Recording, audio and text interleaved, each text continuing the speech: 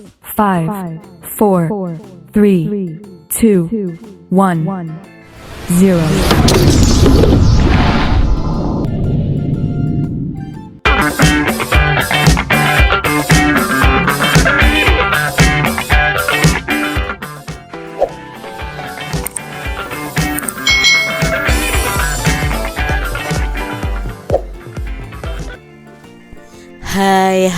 Hai, selamat datang di channel YouTube Kak Citra. Apa kabar adik-adik semuanya? Kak Citra berharap kalian dalam keadaan yang baik, sehat, dan siap untuk belajar ya.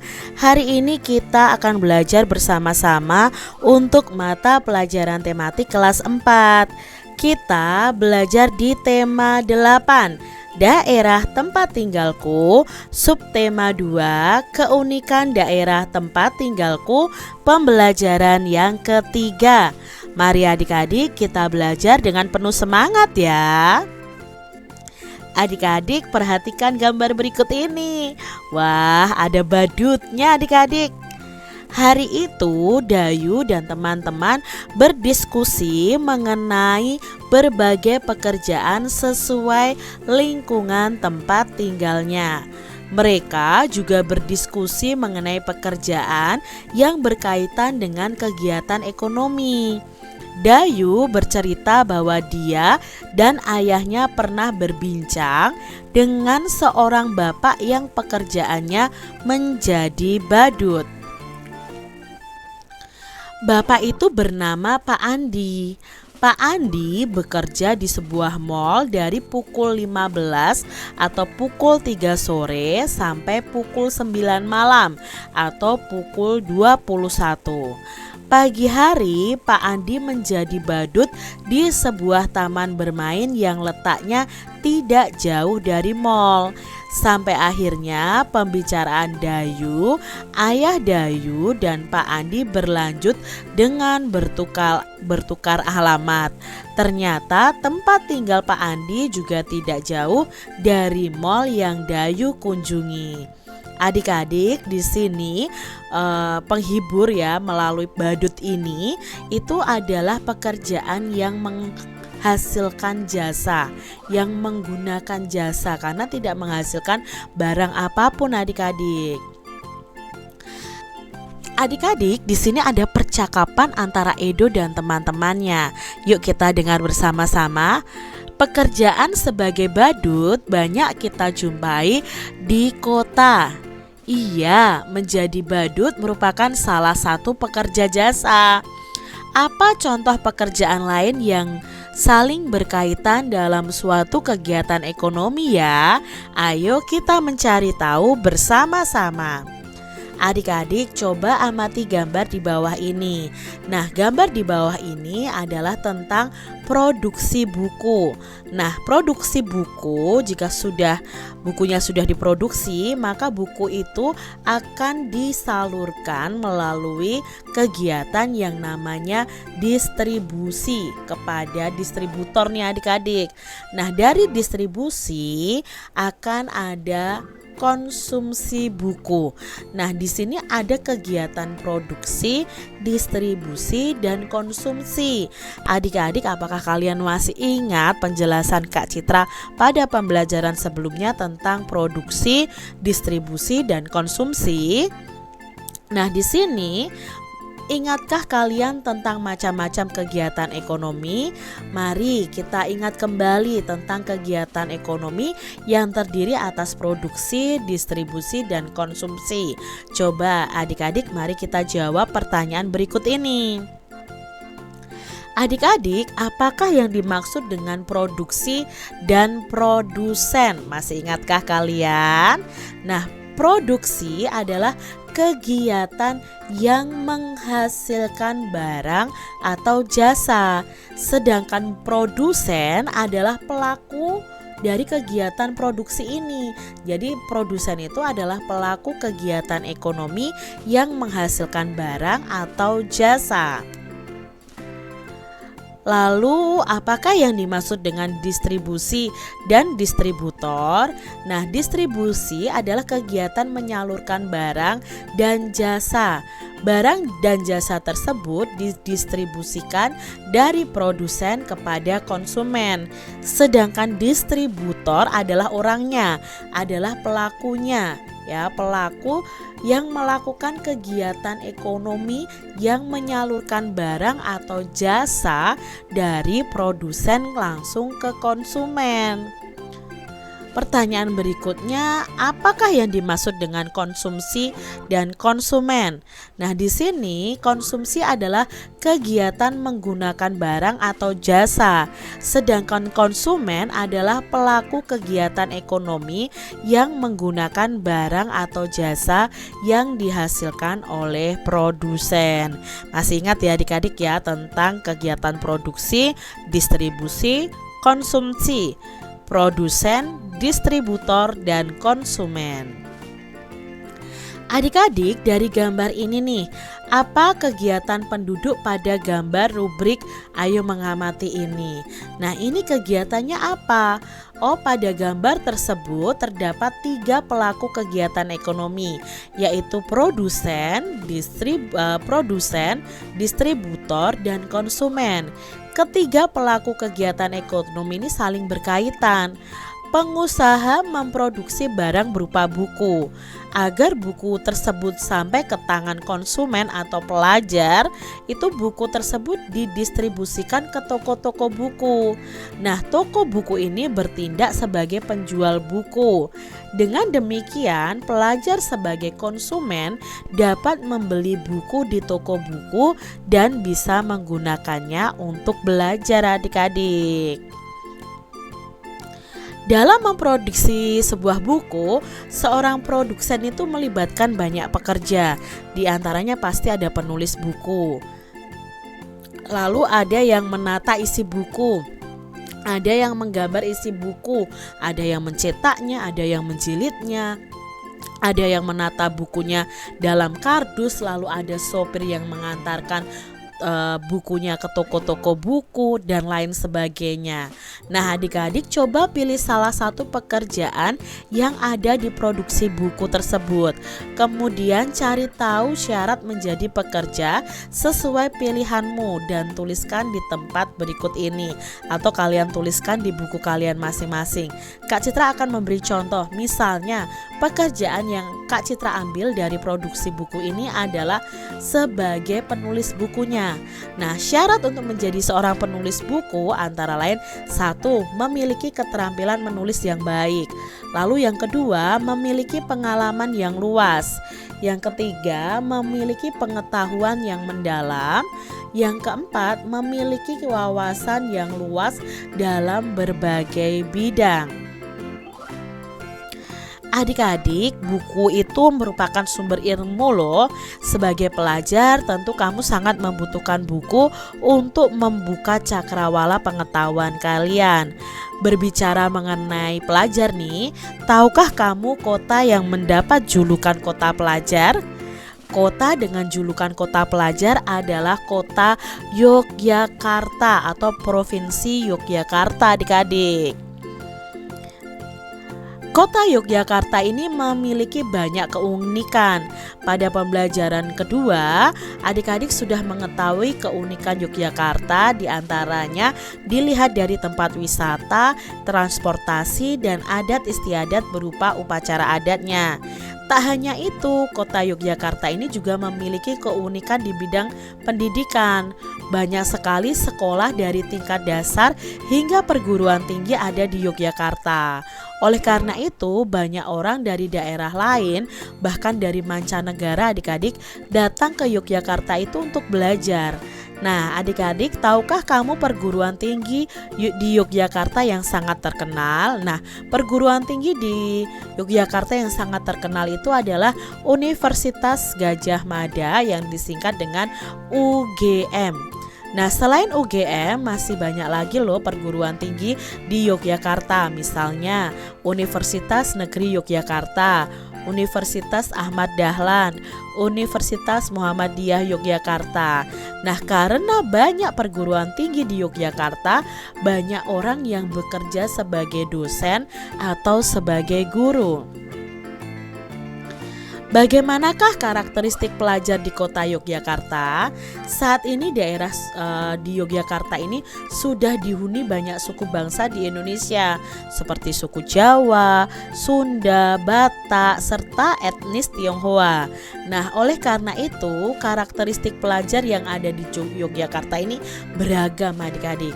Di sekolah, setiap pelajar itu harus bisa menghormati keragaman karakteristik, di antaranya mau berteman dengan anak dari daerah lain tanpa memandang agama maupun sukunya. Begitu juga saat di lingkungan tempat tinggal, para pelajar dari berbagai daerah yang tinggal di satu lingkungan harus hidup rukun. Manusia harus hidup rukun di tengah-tengah perbedaan. Perbedaan itu adalah karunia Tuhan adik-adik. Perbedaan itu malah jangan menjadi pemecah belah, tapi itu semua karena karunia Tuhan. Malah kita harus saling menghormati. Nah, perbedaan merupakan sarana untuk saling mengenal. Sebagai contoh nih adik-adik, pada saat di lingkungan tempat tinggal mengadakan kerja bakti membersihkan lingkungan, para pelajar dari berbagai daerah pun ikut serta dalam kerja bakti itu. Amatilah gambar berikut ini adik-adik. Apakah gambar tersebut menunjukkan keragaman karakteristik? Apa yang dilakukan anak-anak pada gambar berikut ini? Ini gambarnya adik-adik. Menurut kalian mereka sedang apa ya? Ya, mereka sedang berdiskusi atau bermusyawarah. Lalu apa ya keragaman karakteristik dari gambar anak-anak berikut ini? Nah, di sini adik-adik terdapat keberagaman karakteristik pada gambar anak-anak tersebut, yaitu keberagaman fisik. Ya, ada anak yang berkulit gelap, ada juga yang berkulit putih, lalu ada yang berambut panjang, ada yang berambut pendek, ada yang rambutnya lurus, ada yang rambutnya keriting ya. Mungkin ada yang hidungnya mancung, ada yang tidak mancung. Tapi meskipun berbeda fisik mereka, berbeda warna kulit mereka ini tetap bekerja sama dalam melakukan tugas kelompok. Adik-adik, kamu di sekolah mempunyai banyak teman dengan keberagamannya. Ada teman dengan ciri fisik yang berbeda-beda. Ada teman yang berbeda agama pula. Nah, ada juga teman dengan asal daerah tempat tinggal yang berbeda. Bagaimana kamu menyikapi karakteristik di sekolahmu itu? Nah, adik-adik, cara menyikapi keberagaman karakteristik di sekolah yaitu dengan saling menghormati, saling menghargai teman yang berbeda fisik, agama, dan asal daerah. Nah, kita itu harus mau menjalin persahabatan dengan semua teman tanpa membeda-bedakan, tidak boleh membeda-bedakan secara fisik, secara agama, maupun secara asal daerah. Jadi kalian harus mau berteman dengan semuanya. Adik-adik perhatikan gambar berikut ini. Daerah tempat tinggal penduduk Yogyakarta itu beragam. Ada daerah dataran tinggi, ada dataran rendah, ada pesisir, ada kota, dan ada desa. Nah, di Yogyakarta juga banyak dijumpai sungai. Di antaranya ada Sungai Opak, Sungai Code, Sungai Kuning, Sungai Progo, dan Sungai Gajah Wong. Nah, salah satu sungai di Yogyakarta yang memiliki cerita legenda adalah Sungai Gajah Wong. Nah, penduduk Yogyakarta itu sering menyebut sungai itu dengan kata kali. Nah, Kali Gajah Wong itu artinya Sungai Gajah Wong adik-adik. Nah, Kali Gajah Wong adalah sebuah kali yang terletak di tengah-tengah kota di Kecamatan Kota Gede. Nah, panjang kali ini tidak lebih dari 20 km. Pada abad ke-17, kali ini merupakan kali yang kecil. Masyarakat di daerah tersebut menyebutnya dengan kalen, yang artinya kali kecil atau sungai kecil. Dan kebetulan airnya pun hanya gemericik mengalir sedikit sekali.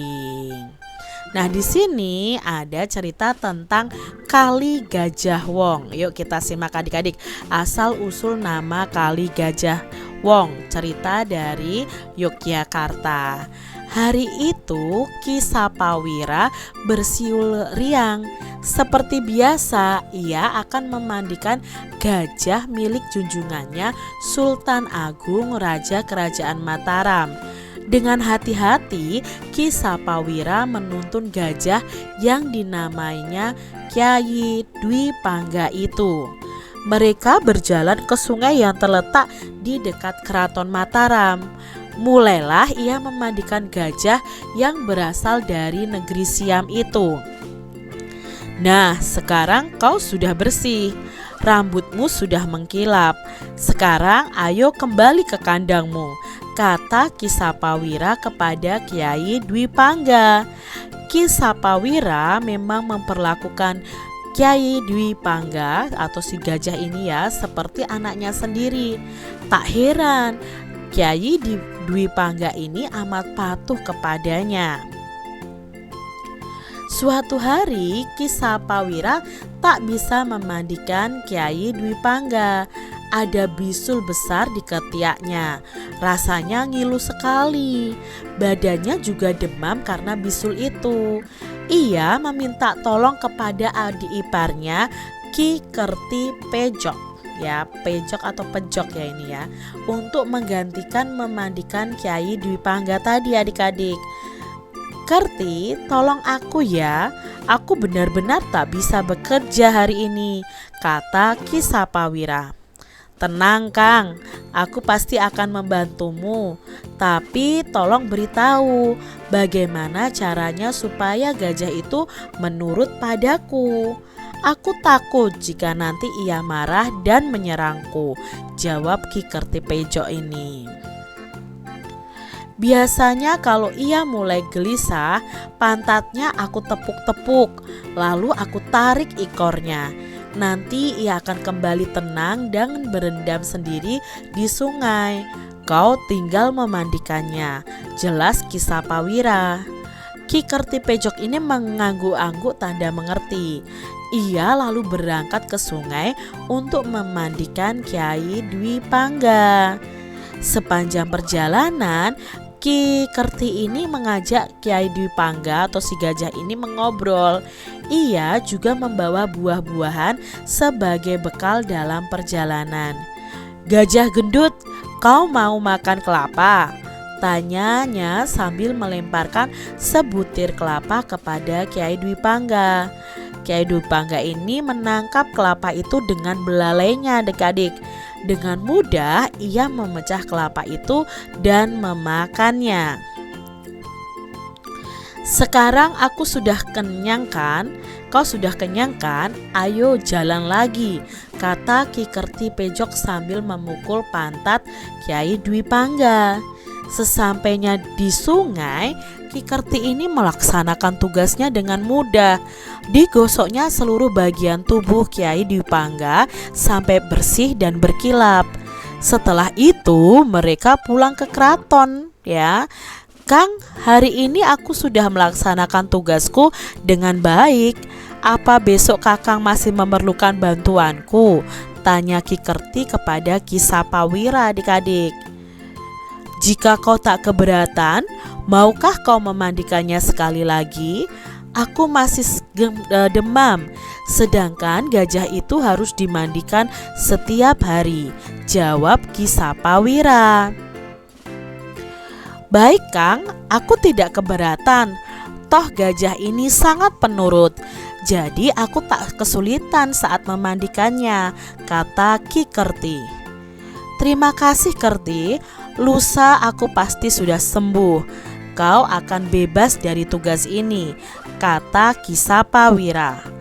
Keesokan harinya Ki Kerti Pejok ini menjemput Kyai Dwi Pangga. Pagi itu hujan turun rintik-rintik, tapi sepertinya tak akan bertambah deras. Di sungai Ki Kerti ini bimbang karena dilihatnya air sungai sedang surut. Wah, airnya dangkal sekali. Mana bisa gajah ini berendam? Aku sendiri saja tak bisa, apalagi gajah yang besar, pikirnya dalam hati. Gajah gendut, kita cari sungai yang lain saja. Sungai ini dangkal, kau tak akan bisa berendam di sini. Lalu Ki Kerti ini menuntun Dwi Pangga ke hilir sungai adik-adik. Di situ air tampak tinggi dan aliran juga cukup deras. Nah, di sini sepertinya lebih asik. Ayo sana, masuk, berendamlah. Aku akan menggosok punggungmu dengan daun kelapa, kata Ki Kerti sambil memukul pantat Kiai Dwi Pangga. Sambil memandikan Kiai Dwi Pangga, Ki Kerti ini berpikir dalam hati, sebaiknya aku beritahu Kakang untuk memandikan gajahnya di sini. Di sini airnya lebih dalam, arusnya juga cukup deras. Aneh, kok selama ini Kanjeng Sultan Agung tak tahu keberadaan sungai ini ya? Saat ia sibuk berbicara sendiri, tiba-tiba adik-adik dari arah hulu datanglah banjir bandang yang sangat besar. Banjir itu datang dengan sangat cepat. Ki Kerti ini dan Kiai Dwi Pangga bahkan tak menyadarinya. Dalam sekejap mereka terhempas dan terbawa arus. "Tolong! Tolong!" teriak Ki Kerti. Tapi tak ada yang mendengar. Sungguh menyedihkan nasib Ki Kerti dan Kiai Dwi Pangga. Mereka terseret arus dan hanyut sampai ke laut selatan. Sungguh sangat disayangkan, mereka binasa dalam keganasan banjir bandang itu. Ki Kerti tak tahu bahwa selama ini Sultan Agung memang melarang para abdinya memandikan gajah di hilir sungai, karena ia tahu bahaya bisa datang sewaktu-waktu di sana. Ki Sapawira berduka. Ia sangat sedih karena kehilangan adik ipar dan gajah kesayangannya. Untuk mengenang kejadian itu, Sultan Agung menamakan sungai itu Kali Gajah Wong. Kali berarti sungai, Gajah Wong itu berarti gajah dan orang. Kali Gajah Wong ini terletak di sebelah timur kota Yogyakarta. Diambil dari dongengceritarakyat.com. Wah, bagus sekali adik-adik ya ceritanya. Nah, di sini ada beberapa pertanyaan yang akan kita jawab bersama-sama. Pertama, siapa saja tokoh pada cerita di atas? Ya, tokohnya ada Ki Sapawira, Kiai Dwi Pangga atau gajah tadi ya, Ki Kerti dan Sultan Agung. Apakah ada tokoh antagonis dan protagonis pada cerita tersebut? Siapakah tokoh itu? Nah, adik-adik ingat kembali ya, tokoh antagonis itu tokoh yang jahat, tokoh yang tidak baik, sedangkan protagonis itu adalah tokoh yang baik. Nah, di dalam cerita ini, tokoh yang diceritakan ini yang protagonis adalah Ki Sapawira, Kiai Dwi Pangga, Ki Kerti dan Sultan Agung. Mengapa mereka baik? Ya, Ki Sapawira ini suka merawat binatang, ya kan? Kalau Kiai Dwi Pangga si gajah ini apa? Patuh, manut, nurut begitu ya dengan majikannya yaitu Ki Sapawira dan Ki Kerti. Walaupun Ki Kerti ini hanya menggantikan. Lalu Ki Kerti ini juga baik adik-adik karena mau membantu kakaknya yang sedang sakit untuk memandikan gajah. Sultan Agung juga baik karena apa? Menghargai, mengenang gajah dan Ki Kerti ini yang sudah hanyut dengan memberikan nama pada sungai tersebut yaitu Kaliwong tadi ya adik-adik ya. Nah, di sini semua tokoh tersebut tidak menunjukkan sifat buruk. Jadi dalam cerita tersebut tidak terdapat tokoh antagonis. Demikian tadi adik-adik pembahasan kita di tema 8 subtema 2 pembelajaran yang ketiga. Semoga video pembelajaran ini bermanfaat untuk adik-adik semuanya. Dan sampai jumpa lagi di video pembelajaran Kak Citra selanjutnya. Tuhan memberkati. Jangan lupa tekan tombol subscribe, lalu tekan loncengnya tekan juga tombol like, lalu share ke media sosial kalian. Jangan lupa untuk ikuti media sosial Kak Citra. Terima kasih.